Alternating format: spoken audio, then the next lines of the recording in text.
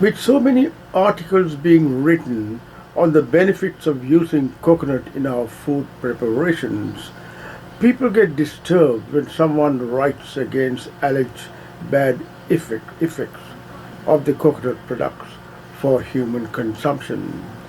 The worst remark was made by a lady professor from Harvard proclaiming that it is a poison. The same story applies for eggs too. A whole generation of people in the past was deprived of enjoying an egg a day, all because of misconception of the truth.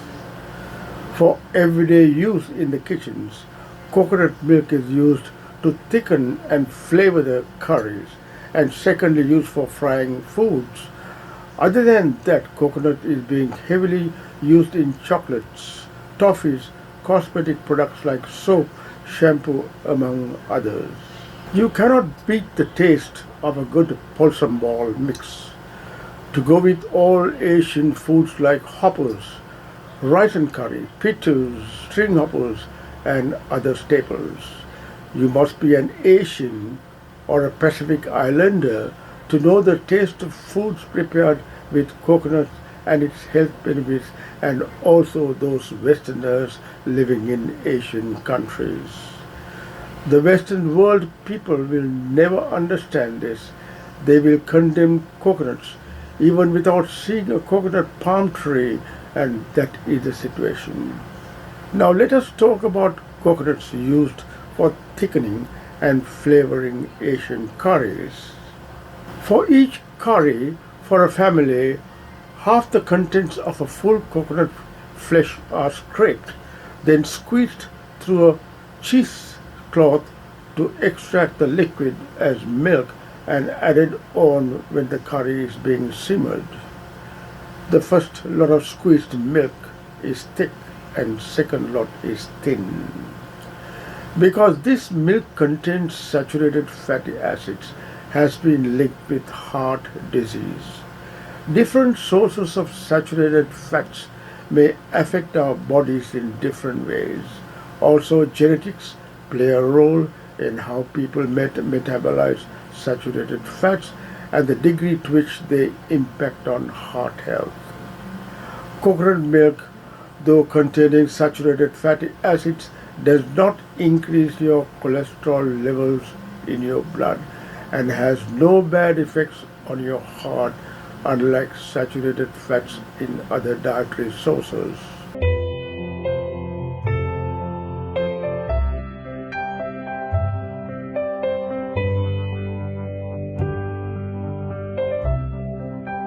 One cup of shredded coconut flesh of meat has 283 calories, proteins 3 grams, carbs 10 grams, fats 27 grams, sugar 5 grams, fiber 7 grams, manganese 60% of the daily value, selenium 15% of the daily value, copper 44% of the daily value, phosphorus 13% of the daily value, potassium 6% of the daily value, iron 11% of the daily value, zinc 10% of the daily value. In a single curry, about half a cup of coconut extracted milk is used to flavor and thicken. This makes a big change in the curry, makes it rich and palatable. The fats in coconuts are medium chain triglycerides. They are also referred to as MCTs, which are directly absorbed into the liver through the portal vein and totally metabolized to produce energy. Studies have shown that coconut saturated fatty acids boosts the good cholesterol, that's the HDL, and reduces the bad cholesterol, LDL. Randomized trial of coconut oil, olive oil or butter on blood lipids and cardiovascular risk factors in healthy men and women has revealed from reference BMJ Open March 6, 2018, the derived conclusions were LDL cholesterol concentrations were significantly increased on butter compared with coconut oil. Coconut oil significantly increased HDL cholesterol compared with butter or olive oil. Extra virgin coconut oil has recently been promoted as a healthy oil, though high in saturated fat. The main saturated fatty acid, lauric acid, has been suggested to have different metabolic and hence health effects compared with other saturated fatty acids such as palmitic acid, predominant in butter, palm oil, and animal fat. It has been suggested that coconut oil does not raise total cholesterol or low density lipoprotein cholesterol as much as butter.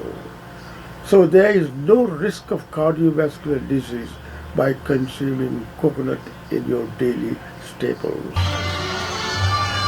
Now let us go into frying, the other use of coconut oil.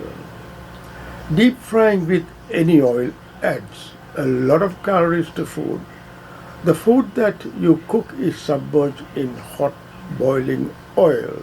The surface of the food gets cooked almost immediately and forms a seal that the oil cannot penetrate inside. Moisture inside the food turns into steam cooking the food. The steam helps to prevent oil penetrating into the food.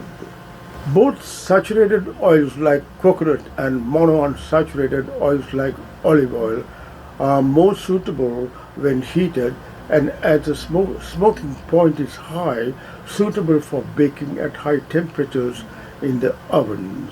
These two oils do not appear to change quality during deep frying. Polyunsaturated fats like the vegetable oils are not suited for deep frying, though they are used in fish and chips outlets and restaurants as it is the cheapest form of oil. They use the same oil right through the day in big heating containers, and by the end of the day, the free radicals emanated could be extremely high. So using coconut oil and olive oil are both stable oils for deep frying, and coconut being saturated makes no difference. Coconut oil is a better choice for Asian curries. It is a stable oil. Studies have shown that even after 8 hours of deep frying at 365 degrees Fahrenheit or 180 degrees centigrade, its quality remains acceptable. Over 90% of the fatty acids in coconut oil are saturated, making it resistant to heat. It can be used many times with no free radical formation, unlike all other oils. So, from the health point of view and for cooking, saturated fats in coconut oil are a gift to mankind. There are meta-analyses of prospective cohort studies evaluating the association of saturated fat with cardiovascular disease. Research done by Patty Terrino, Ki Sun, Frank B. Hugh, and Ronald Krause, published online in American Journal Clinical Nutrition of 13 January 2010, showed that there is no significant evidence for concluding that dietary fat is associated with an increased risk of cardiovascular disease or stroke. Despite these findings, the American Heart Association recommends limiting intake of saturated fats to 5 to 6% of total calories. However, various studies have concluded that saturated fats do not increase the risk of heart disease.